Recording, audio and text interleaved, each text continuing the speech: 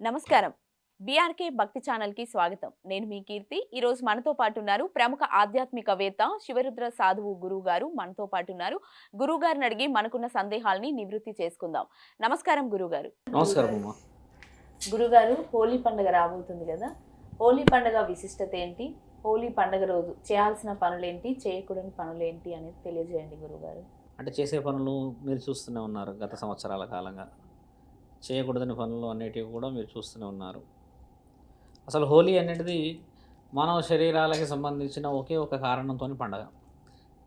5 కారణాలు పరమాత్ములయ్యాయి. ఒకటి విష్ణు మహానీయుడిది, 2 వచ్చేసేసి శ్రీకృష్ణుడిది, 3 వచ్చేసి పరమశివుడిది, 4 వచ్చేసేసి విష్ణు శివుడిది. ఇప్పుడు మొదట మనకు తెలిసిన ఇతిహాస పురాణాల్లో అమ్మ హోలిక అనేది పండగ హోలిక రాక్షసి వల్ల వచ్చింది. ఈ హోలిక హిరణ్యకశిపుడి చెల్లి. హిరణ్యకశిపుడు ఎవరంటే అమ్మ భక్త ప్రహ్లాదుడి యొక్క తండ్రి.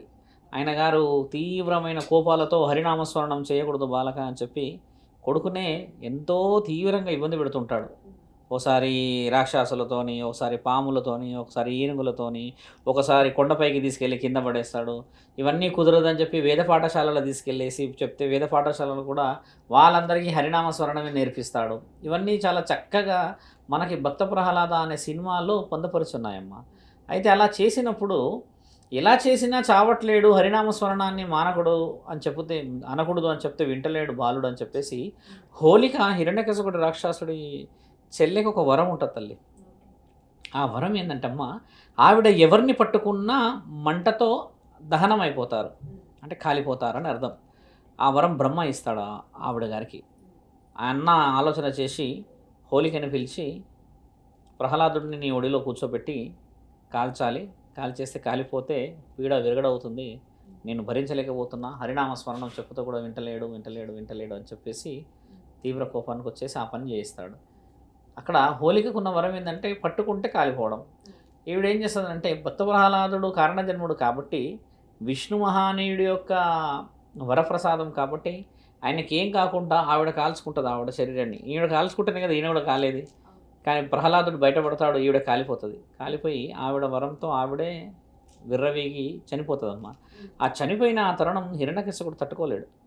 అలా ఎలా నువ్వు నా చెల్లిని చంపుతావురా మూర్ఖుడా, నా కడుపులో ఇలా పుట్టావు అలా పుట్టావు అని చెప్పేసి పిలువురా నీ హరిని పిలువు ఎక్కడున్నాడు అని చెప్పి తీవ్రంగా ఆ గదతో అన్నింటినీ కొడుతూ ఉంటాడు. ఇది కూడా సినిమాల్లో చూసాం మనం. అలా కొట్టినప్పుడు తండ్రి ఈయన చెప్తాడు, హరి అందువలదు ఎందెందు చూసినా అందందువలదు అని కొన్ని వర్డ్స్ వదులుతాడు. అలా వదిలిన తర్వాత 3 స్తంభాలను కొట్టేస్తాడమ్మ. 3వ స్తంభంలో నారసింహుడు ఉద్భవిస్తాడు. హిరణ్యకశిపుడికి ఉన్న వరం ఏంటంటే చావు మానవ పుట్టుకతో వచ్చిన వాళ్ళ ద్వారా ఉండకూడదు అని అనుకుంటాడు. ఒకటి. రెండవది బయట కాకుండా లోపట కాకుండా నన్ను చంపాలి, అంటే గుమ్మం బయట కానీ లోపట కాకుండా, ఆకాశం కావద్దు భూమి కావద్దు అన్న కొన్ని వరాలు ఇచ్చడం ఉంటుంది. విష్ణు మహానీయుడే ఇస్తాడు ఆ వరం ఆయనకి. అయితే తండ్రి ఆయన గారు అడిగిన దాంట్లో ఏంటంటే ఒక రూపం మనిషిది కాకూడదు, అలా అని మృగంది కాకూడదు అన్న వరాలు ఉండడం చేత తండ్రి ఒక్కసారి ఆ స్తంభంలో నుంచి రావుడే ఉగ్రంగా నరసింహుడి ఆ సింహం రూపం వేసుకొని వస్తాడమ్మా.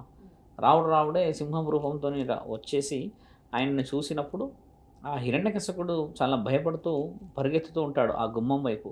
ఆ గుమ్మం దగ్గరనే హిరణ్యకశిపుడిని పైకి తీసి తండ్రి కుడికాలు ఆ కడప లోపట పెట్టమ్మా ఈ వీపు భాగం బయటికి పెడతాడు.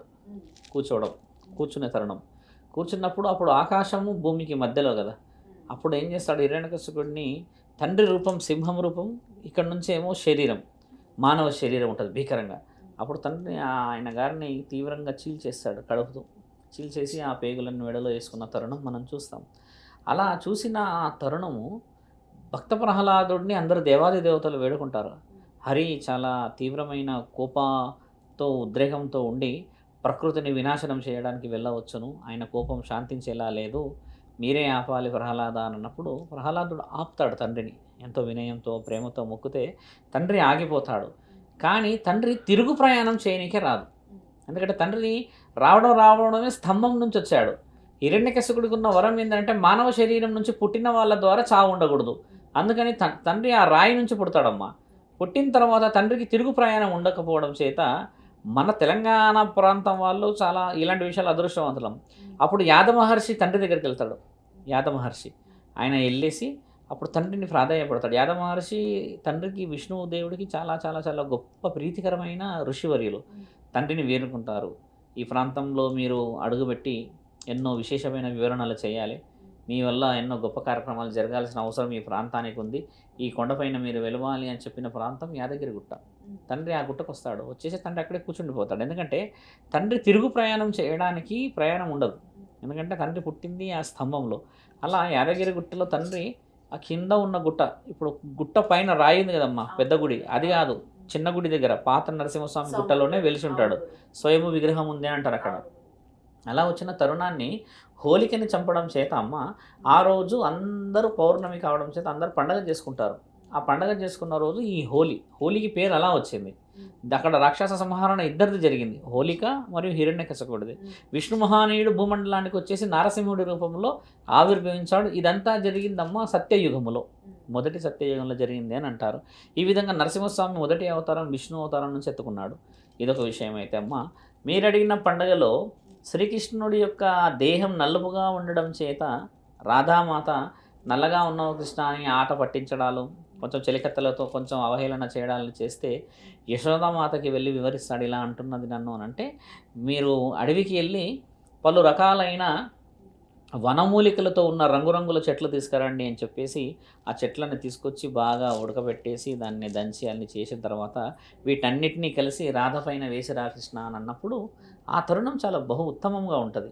అలా వేసిన ఆ తరుణంకి ఏమవుతుందంటే అమ్మ పరమాత్ముడు అమ్మకి జ్ఞానోదయం చేసే క్షణం అది.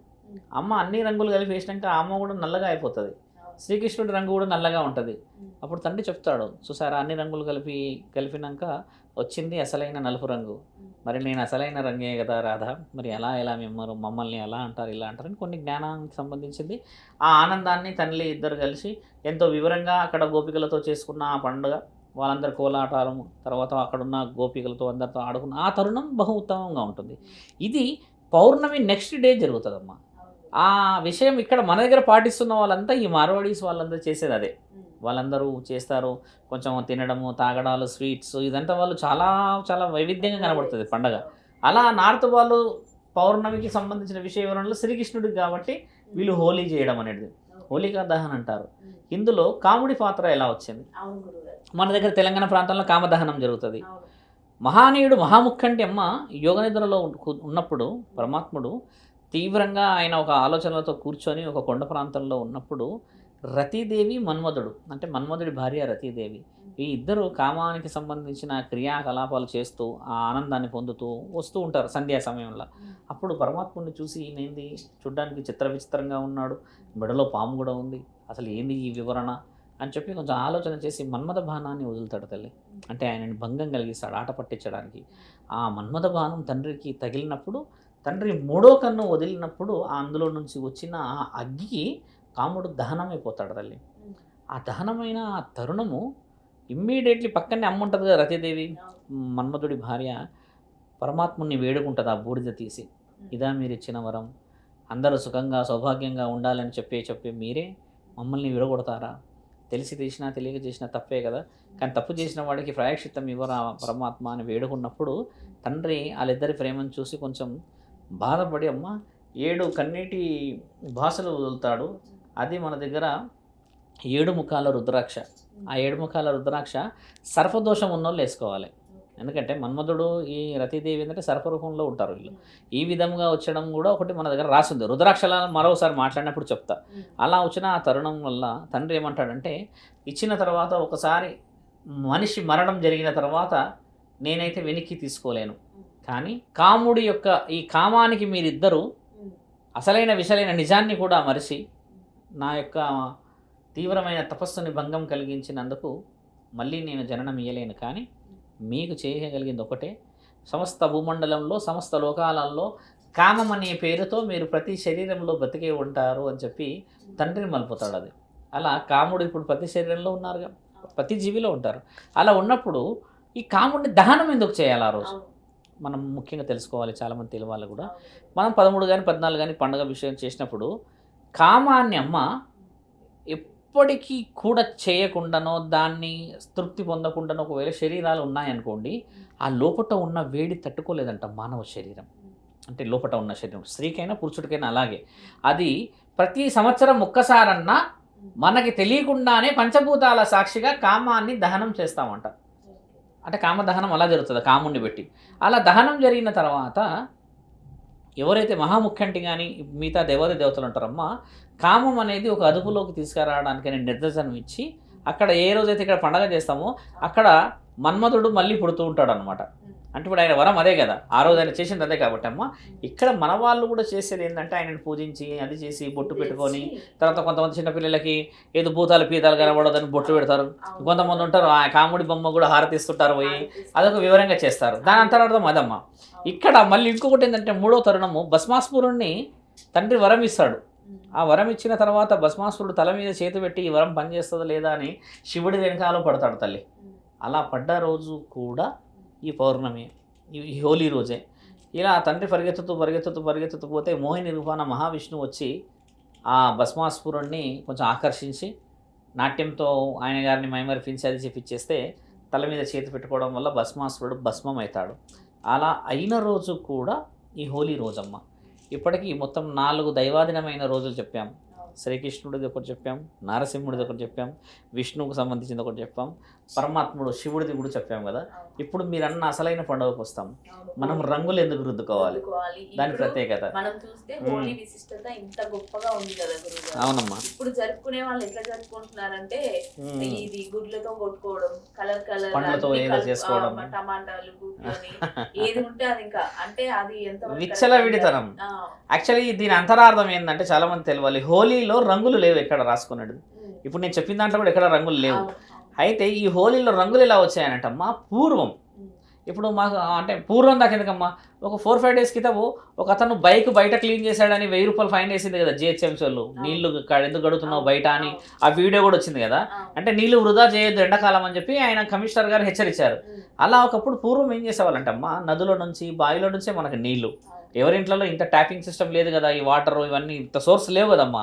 పెద్దవాళ్ళు ఏం ఆలోచించారనంటే ఎండాకాలం ఖచ్చితంగా నీళ్ళు అవసరం పడతాయి, ఉన్న బావిలన్నీ ఇంకిపోతాయి, చిన్న చిన్న నదులు కాస్త ఇంకుతాయి. కాబట్టి నీళ్లు అదుపుతో మనము పొదుపుతో వాడాలి అన్నప్పుడు కొంతమంది వ్యక్తులు మరి స్నానాలు ఆచరించడాలు, మొహాలు కడగడాలు ఇవన్నీ అయితే కాలకృత్యాలు ఉండక తప్పదంటే అప్పుడు వాళ్ళు ఏం ఆలోచించారంటే, ఒకసారి స్నానం చేసినప్పుడు అమ్మ మీరు గమనించండి, ఇప్పుడు 5 నుంచి 10 బకెట్లు అయితే యూజ్ అవుతాయి, ఖచ్చితంగా చేస్తారు. ఆ షవర్ పెడతారు, మనల్ని అది ఎప్పుడు ఆఫ్ చేస్తారో కూడా తెలియదు. ఇలాంటి వివరణలో వాళ్ళు వేసిన వ్యూహం ఏంటంటే ఈ 3 నెలల్లో స్నానం ఆచరించకూడదు. ఎందుకు ఆచరించకూడదు? మరి చర్మం ఏమవుతుంది, ఏమన్నా వనమూలికలా లేకపోతే ఏంది, ఈ కలుషితం అయిపోతాయి కదా అది అన్నప్పుడు వాళ్ళు ఏం చేశారంటే 8 రకాల 9 రకాల వనమూలికలు, అంటే మన దగ్గర అక్కడ ఉన్న రంగులన్నీ తీసుకొచ్చి, రంగురంగులతో ఉన్న వనమూలికలు ఇంకా ఉన్నాయి, అవన్నీ తీసుకొచ్చి వాటి అన్నింటినీ దంచి శరీరానికి రాశారంట.